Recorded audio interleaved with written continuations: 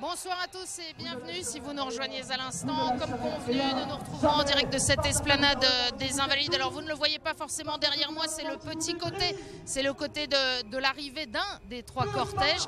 Mais l'esplanade est archi comble depuis très longtemps déjà et vous l'entendez, l'animation du podium a déjà commencé. Alors en direct avec nous, Jean-Baptiste Labouche, bonsoir. Oui, bonsoir. Vous êtes le leader d'un grand rassemblement sur la région Rhône-Alpes-Bourgogne-Franche-Comté. Oui. Quelle composante rassemble votre mouvement?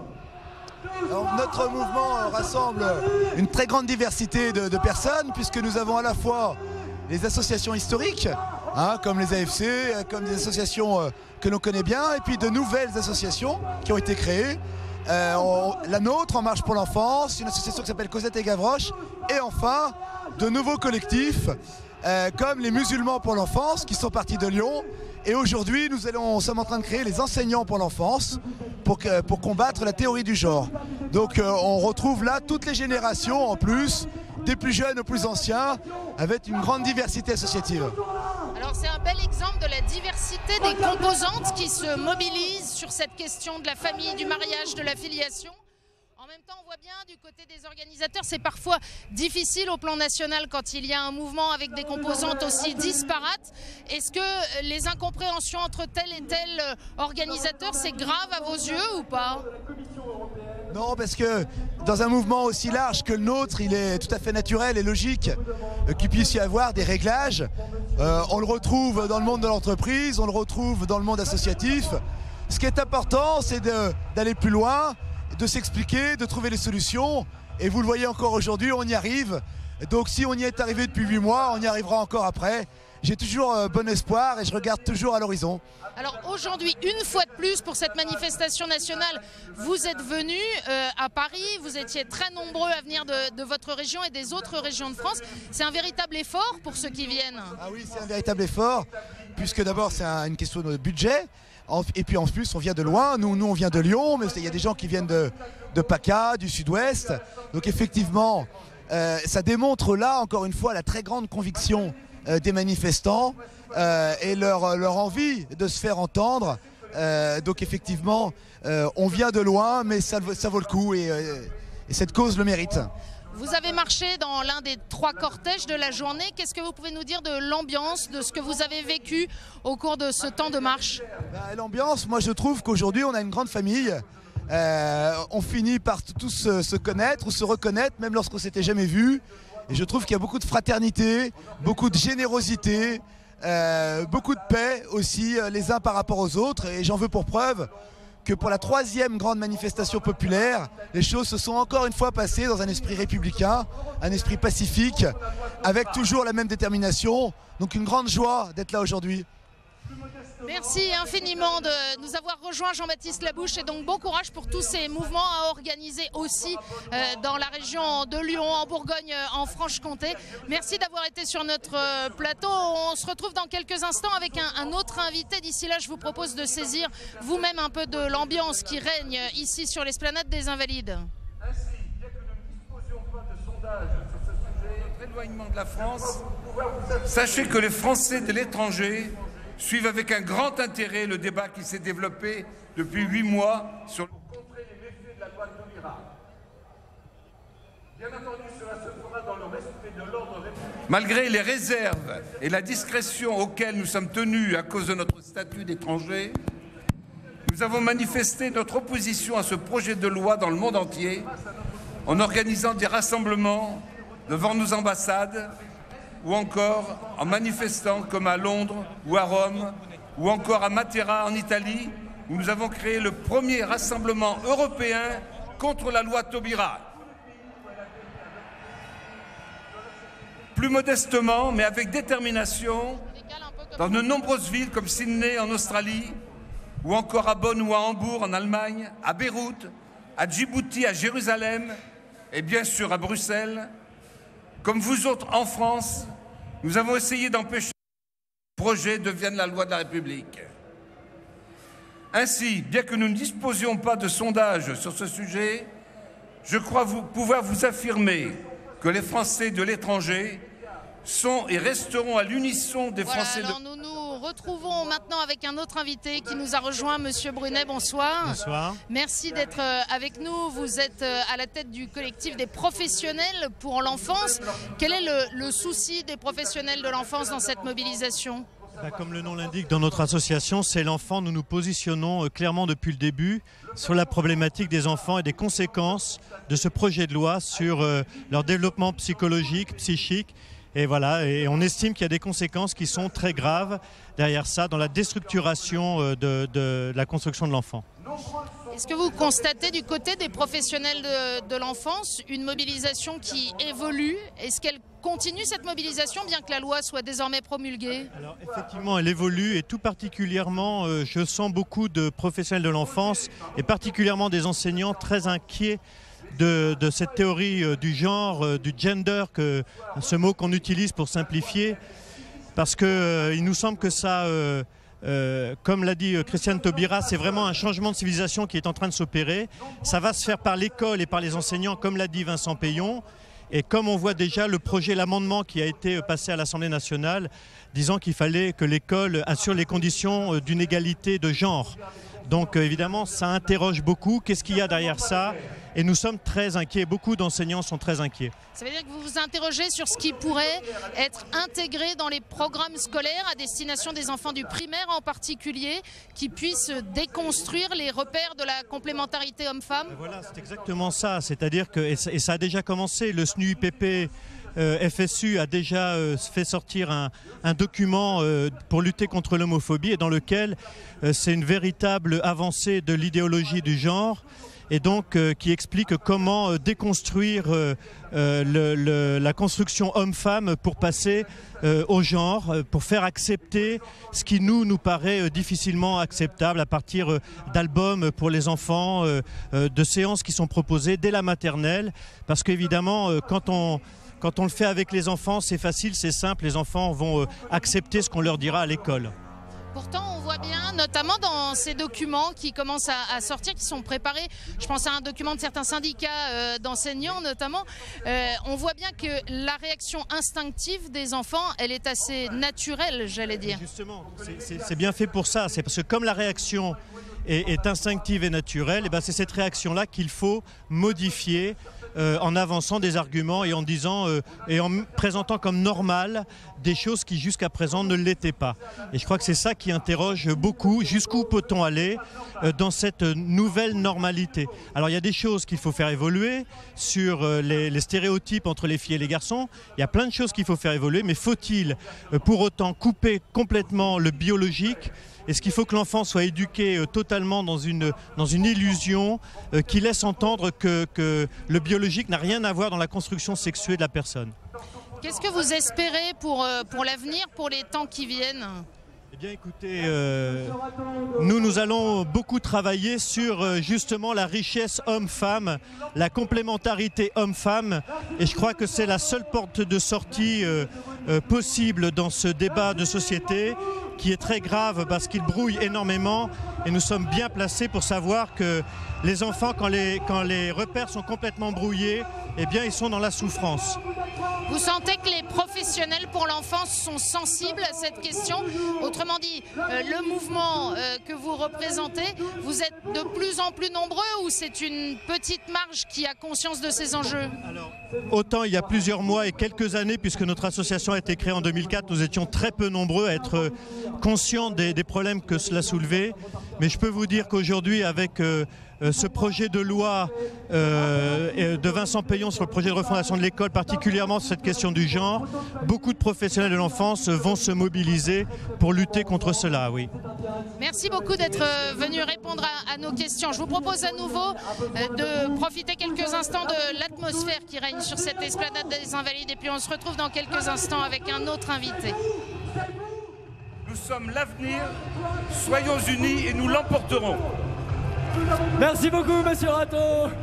Merci de ce beau discours. Merci beaucoup. Faites du bruit pour le discours de monsieur Raton et pour les Français de l'étranger. Faites du bruit, la France, on veut vous... Forme. Vous êtes beau, vous êtes grand, vous êtes fort, je vous aime. Tous ensemble, pour toujours. la manif pour tous, parce que la manif pour tous... Voilà, et donc nous sommes maintenant avec Najib, bonsoir. Bonsoir. Vous êtes le représentant des musulmans pour l'enfance de Rennes. Pourquoi cette mobilisation? Je ne suis pas le représentant de... Voilà. Je suis là justement pour montrer que les musulmans sont contre cette loi-là. Même s'il est promulgué, on sera toujours contre cette loi-là. Et pour montrer notre opposition ferme, qui ne bougera pas avec le temps. On est toujours contre cette loi. Qu'est-ce qui vous semble grave dans cette loi ouvrant le mariage aux personnes de même sexe? Si vous voulez, tout est grave là-dedans, parce qu'on n'a pas dit la vérité aux Français. Au départ, on dit que c'est un mariage pour des homosexuels, alors que la loi, elle est beaucoup plus vaste que ça. Ça veut dire qu'on cache la vérité aux Français. La loi, elle est beaucoup destructrice. Il détruit la famille, il détruit la société, il va tout détruire cette loi. C'est vraiment... Il va rester. Donc on fera tout pour l'éviter et pour que Monsieur le Président l'abolit le plus tôt possible. Est-ce que vous avez l'impression que dans les communautés musulmanes en France, cette préoccupation elle est largement partagée? Bien sûr. Alors tous les musulmans qui sont en France, ils sont très inquiets, surtout pour leurs enfants à l'école et tout ça. Donc ils sont tous inquiets. Et en plus, ils sont de plus en plus conscients de la gravité de la situation. Donc c'est ce que j'ai dit tout à l'heure à mon discours. Bon, ils sont contre, mais ils ne se mobilisent pas. Et ça, c'est dommage, parce qu'ils ne se sentent pas citoyens. Et c'est ça qu'on n'a pas réussi à leur faire sentir. Et ça va être un travail pour l'avenir. Il y a un enjeu là pour les musulmans de France aussi de se sentir acteurs de la société française. Le problème, c'est qu'ils ne se sentent pas acteurs du tout, parce qu'ils manquent de citoyenneté. Ils ne se sentent pas vraiment français et c'est ça le problème. Ils ont le sentiment d'être en trop, quoi. Et ça, c'est injuste quand même envers eux. Donc nous, à Rennes, on va faire le travail inverse. On va essayer de rapprocher les deux communautés, les responsabiliser, surtout les jeunes, aller les voir, les écouter, pour les rendre citoyens. Tout doucement, c'est un boulot monstre, je le reconnais. Mais on va commencer et peut-être on va préparer le terrain pour nos enfants. Peut-être nous, on ne va pas y arriver à 100%, mais déjà, on va préparer le terrain. Dans un mouvement comme celui-là, vous vous retrouvez au milieu de manifestants dont plusieurs sont agnostiques, d'autres sont catholiques. C'est important aussi cette diversité dans la mobilisation? Bien sûr, madame, c'est bien sûr. Et c'est beau en plus. On est différents les uns des autres, mais on a les mêmes valeurs en fin de compte. Il ne faut pas chercher nos différences, ça ne sert à rien, c'est ce qu'on a toujours fait, c'est maladroit. Il faut chercher ce qui nous réunit, tous musulmans, chrétiens, laïcs, tout ce qu'on veut. Il faut qu'on soit unis, qu'on protège nos familles, qu'on protège notre société, qu'on protège surtout les générations à venir. Parce que si on leur laisse vraiment une France complètement démontée, complètement pas bien, ils vont souffrir surtout. Et nous, là, on est là pour sauver ce qu'on peut sauver. C'est surtout ça. Merci beaucoup d'être venu sur notre plateau. On se retrouve dans quelques instants avec un nouvel invité. Vous êtes en train d'écrire l'histoire avec un grand H. Soyez fiers de vous. Parce que vous pourrez dire à vos enfants, quand ils vous diront dans 30 ans, où est-ce que tu étais, vous pourrez dire, j'étais là. Parce que vous êtes là. Alors continuez la France et convainquez tous vos... Bref, soyez convaincus et dites à tous vos amis, parents, grands-parents qui hésitent à venir, et moi j'incite tous mes collègues de bureau qui me disent « Geoffroy, je suis d'accord avec toi », eh bien venez manifester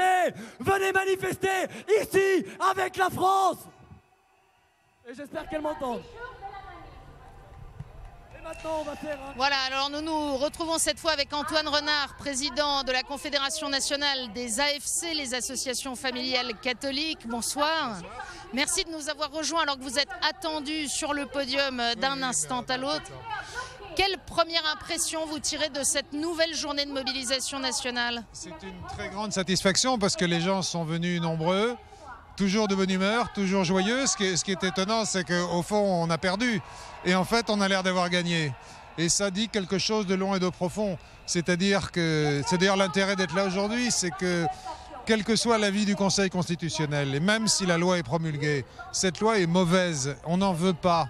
et elle n'empêchera pas que seul un homme et une femme peuvent être légitimement mariés. Ça, on le sait, on le dit, et donc on sait qu'un jour ou l'autre, on gagnera. Ça veut dire que cette mobilisation aujourd'hui, elle obéit à des mécanismes plus profonds encore que le fait d'obtenir satisfaction ou d'être directement entendu par le pouvoir? Oui, absolument, parce qu'il y a eu la phase de résistance qui nous a conduit jusqu'à aujourd'hui, ou du moins jusqu'à la promulgation de la loi, mais on a vu qu'elle commençait déjà une phase de réveil. Et ce réveil est puissant, et il ne va pas s'arrêter là. Et après le réveil, il y aura évidemment la relève. Donc tout ça est en marche, c'est profondément réjouissant. C'est, je crois, ce que les gens sentent.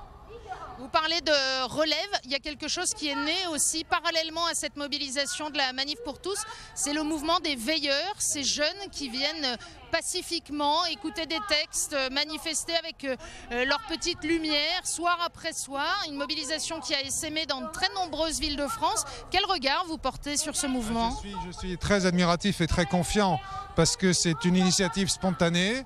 Et on voit bien, comme elle se répand partout, qu'elle répond à un besoin. Donc il y a quelque chose de vrai là-dedans, beaucoup plus que dans cette loi mensongère.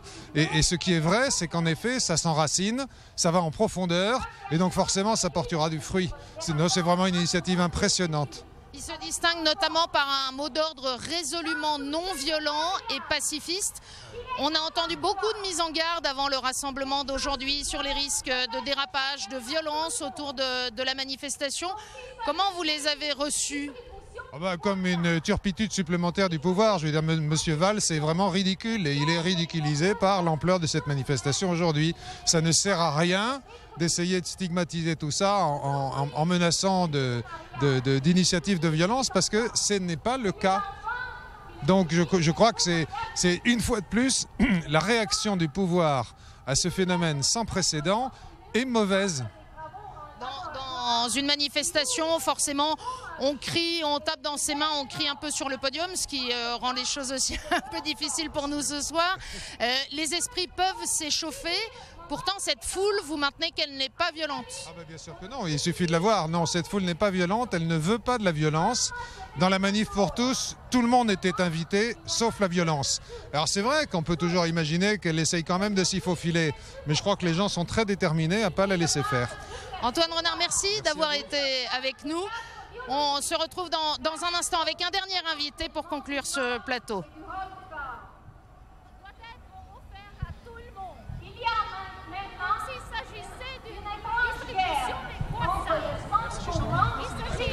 Salut Philippine. Le péché est réalisé avec ce que nous voyons à la TV.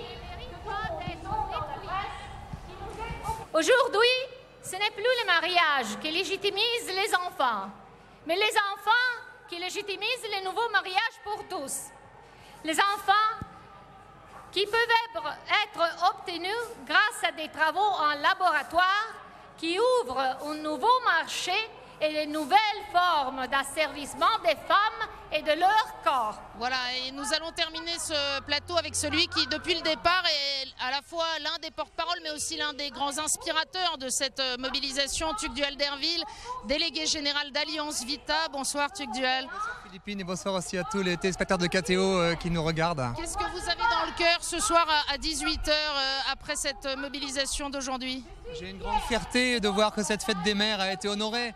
Alors que Madame Taubira nous disait l'accouchement ne fait pas la mère, nous sommes tous ici enfantés par une femme. Et c'est le moment peut-être de le dire haut et fort quand on entendrait finalement à terme priver certains enfants de ce qui fait l'essence même de l'humanité. Cette fête des mères a été réussie de manière extraordinaire. Une manifestation après la promulgation d'une loi, c'est quand même pas courant. Et ça augure à mes yeux une grande espérance. Je vous dirais que je suis aussi triste que cette loi a été promulguée, mais plein d'espérance car c'est l'âme de la France qui s'est réveillée. Je crois que derrière ce qui s'est passé cette année, on l'a vu, des barrières sont tombées entre les communautés, des ponts ont été jetés entre associations, des dizaines de milliers de jeunes se sont engagés au service du bien commun et cela, on va les retrouver dans les dizaines d'années à venir. La révolution de l'amour est en marche, c'est la réponse à l'individualisme de la loi Taubira et ça, c'est très prometteur pour l'avenir de notre pays. Alors, merci pour ces paroles d'espérance. On voit aussi derrière vous la joie de cette foule. Vous n'avez pas craint des récupérations politiques ou des dérapages comme on nous l'annonçait assez largement aujourd'hui? Vous avez un mouvement de cette ampleur, il est multiforme, il est foisonnant, il est anarchique et tout est toujours possible. Et effectivement, certains ont pu tenter de nous récupérer. Ceux qui ont tenté de nous récupérer, c'est d'abord l'exécutif en nous piétinant pour se donner une victoire, peut-être parce qu'il a une impuissance sur d'autres sujets. On a aussi évidemment certains de l'opposition qui, tout en étant à leur place, on peut imaginer qu'ils seraient devant notre mouvement. Mais nous l'avons prouvé, notre mouvement est irrécupérable. Il naît dans une espérance nouvelle. Hein. Nous sommes assez loin des logiciels de beaucoup trop de politiques qui croient que tout se joue en rapport de force. Et nous voulons instaurer un rapport d'altruisme. Et c'est tout différent. C'est le sens de la gratuité aussi, de l'amour entre des parents et des enfants. Et ça, nous voulons simplement, c'est le sens de l'écologie humaine, que les générations futures en bénéficient. Et c'est à construire.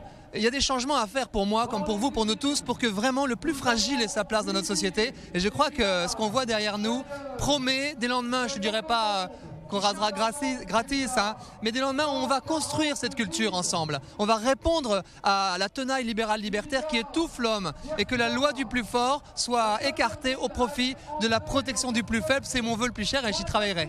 Plus profondément donc la loi Taubira, cette écologie humaine pour laquelle vous êtes un des porte-parole aussi aujourd'hui, un des fondateurs de ce qui veut être un grand mouvement de fond. Vous imaginez qu'elle peut rejoindre chacun dans ses préoccupations parce que le quotidien des Français est quand même assez chargé, assez compliqué aussi. Est-ce qu'on a le temps de se préoccuper d'écologie humaine sans bien savoir forcément ce que ça veut dire? Oui, c'est peut-être à nous de l'expliciter tous ensemble. Vous savez, au fond, la famille, c'est l'écosystème de référence et c'est l'écosystème qui a besoin d'être protégé, qui est menacé, qui a besoin de diversité entre l'homme et la femme. Et c'est l'amortisseur de crise par excellence. Effectivement, dans les moments où on est préoccupé par le matériel, par peut-être pour certains la survie aussi, par la survie de son métier, etc., la famille, c'est le lieu par essence à ne pas casser, à ne pas briser. Et certains veulent, on le sait bien, déconstruire l'être humain, prétendent que nous ne sommes plus homme ou femme, père ou mère, mais d'un genre humain universel, indifférencié. Et la réponse de la solidarité contre cette forme de totalitarisme, c'est effectivement de protéger la famille et le plus faible. Mais je crois que c'est à expliquer, mais aussi à construire ensemble et on est en train de le commencer.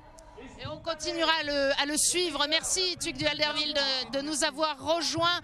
Merci à tous ceux qui nous ont permis de vivre ces quelques instants en direct des Invalides pour mieux comprendre aussi ce qui porte tous ces manifestants et les organisateurs fort divers, vous l'avez vu, de ce nouveau rassemblement. Merci donc également à toutes les équipes de KTO pour leur mobilisation et à vous de votre fidélité. À très bientôt. Nous engageons le dialogue. Et le fruit de la mobilisation massive